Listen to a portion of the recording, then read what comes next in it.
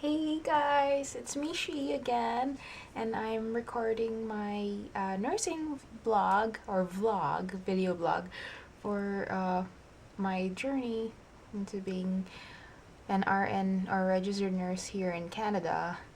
And for those of you who don't know, I'm an internationally educated nurse, and I took my I came here to Canada in hopes of being an RN, and well, I just wanted to say it's 76 days away from the CRNE. We're 76 days away.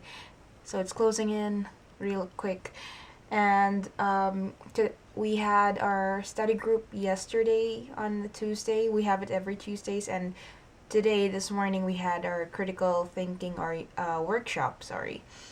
And so, as for the study group, it's by the directions for immigrants.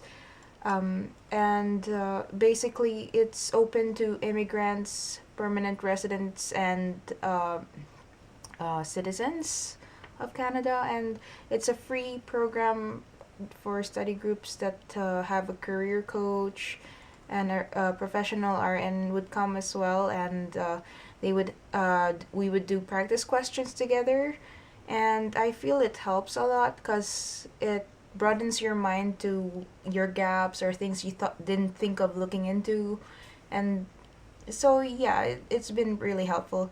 And I started around maybe a month ago, and it's every week, so once every week, which is also not too bad. And we started off by setting our goals and a schedule of how we would manage our time more effectively with studying. And so that's what I did. I set myself like a daily schedule or even a pie chart of what my usual day looks like, including a work day. And when you do that, you realize how much time you actually do have to spend on studying versus any other thing. Although I admit I wouldn't be, I mean, I'd be lying if I said I didn't waste time sometimes. But they do recommend not to study more than 3 hours a day, and a little more on your days off, but not too much. Like you can't study like a whole day because you'll only retain 20% of what you study if it's more than 3 hours or so, they say. But uh, like many people say, you have to stick to what you're used to. Because if you're used to studying a lot of hours in a day, which I tend to do, like on my work days, I don't really get much accomplished. And then on my days off, that's when I full throttle study a whole day or so. And so, yeah, stick to what you're used to or what you're comfortable with. And if you feel like changing things up, you can try each week a different strategy as well to see what works for you. And I also borrowed a book from the library of the Directions for Immigrants, and this is what it is. I'm not sure it's really shown. It's Fundamental Success, second edition by Davis, I think, or Davis, yeah. And they said that the first chapter it's pretty much helping you realize how to critically think when you're applying to test taking. And so my instructor, she recommended this one, so I'm going to look into it. And hopefully I finish at least the first chapter this week. And it's minus 20 outside, -20 degrees Celsius. But it feels so much colder because of the wind chill. Like even though I'm covered in layers, I just feel like I'm exposed to the cold somehow. It's really bad. And a lot of us got to school late, including our instructor, because traffic was bad. There was malfunction with the train, and yeah, things happen on a bad winter day. So yeah, it's only November, but it's already winter here. So that's what we gotta live with, basically. And what else?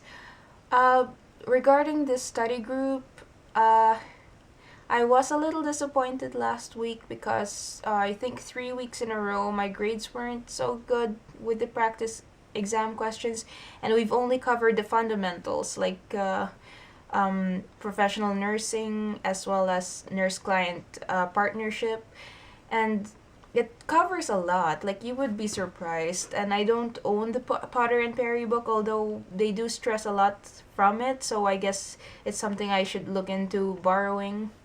And yeah, it was, the questions were really hard. Like, it's a lot of them were things that I never really encountered in my years of studying nursing school and coming here and doing the bridging program. I haven't encountered those kinds of questions where they're very tricky, and even though you're used to certain keywords that you look for, such as like for example in nursing communication, where you say go on, tell me more, those are keywords that you kind of look, explore, feelings, those are keywords that you kind of immediately think, oh, that should be the right answer. Well, in our case, it wasn't. Most of the time it was the wrong answer, in fact, and you have to choose the more specific or more appropriate statement that answers the question that's being asked. And sometimes the question can trick you into not knowing what the question's asking about. Are they asking about the nurse's point of view? Are they asking about the client? Like, you really have to dissect the questions and understand what they're looking for in order to answer them, not just go on default and do a test taking strategy that you're used to, which I tend to fall into sometimes, especially when it comes to content that I'm not familiar with. Speaking of content not familiar with, a lot of models came out, theories, models, and it's all those are knowledge based, and if you haven't read them, there's no way you can arrive at the right answer unless you go by lucky guesses, which I'm really not good at. I my first study group practice exam, I did pretty well. Shockingly, I got around 80% of it. So I felt good. I was like, oh, I can do this, I got this. But then the week after that, I got, I don't know, less than maybe 69%. And then the next time after that, I got 71% or so. Like, they were really low compared to my own expectations of myself. And, maybe I'm being a little too hard on myself, but I always want to aim for 80 or above. Because, like they say, shoot for the moon, because even if you fail, you land among the stars. I got that from one of my favorite bloggers. Hi, Vanessa. And so, yeah.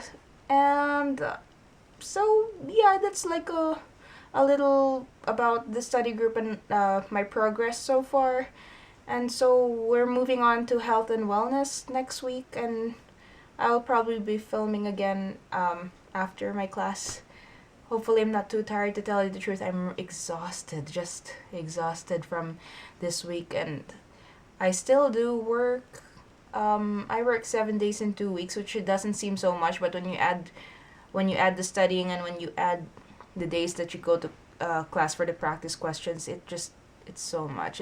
And on my days off, that's when I have the opportunity to do chores, grocery, and all that. So it's pretty hectic, but I'm still hopeful and hoping for the best. So on my next video, I'll cover what happens to me next week and a little more about the process that I'm going through.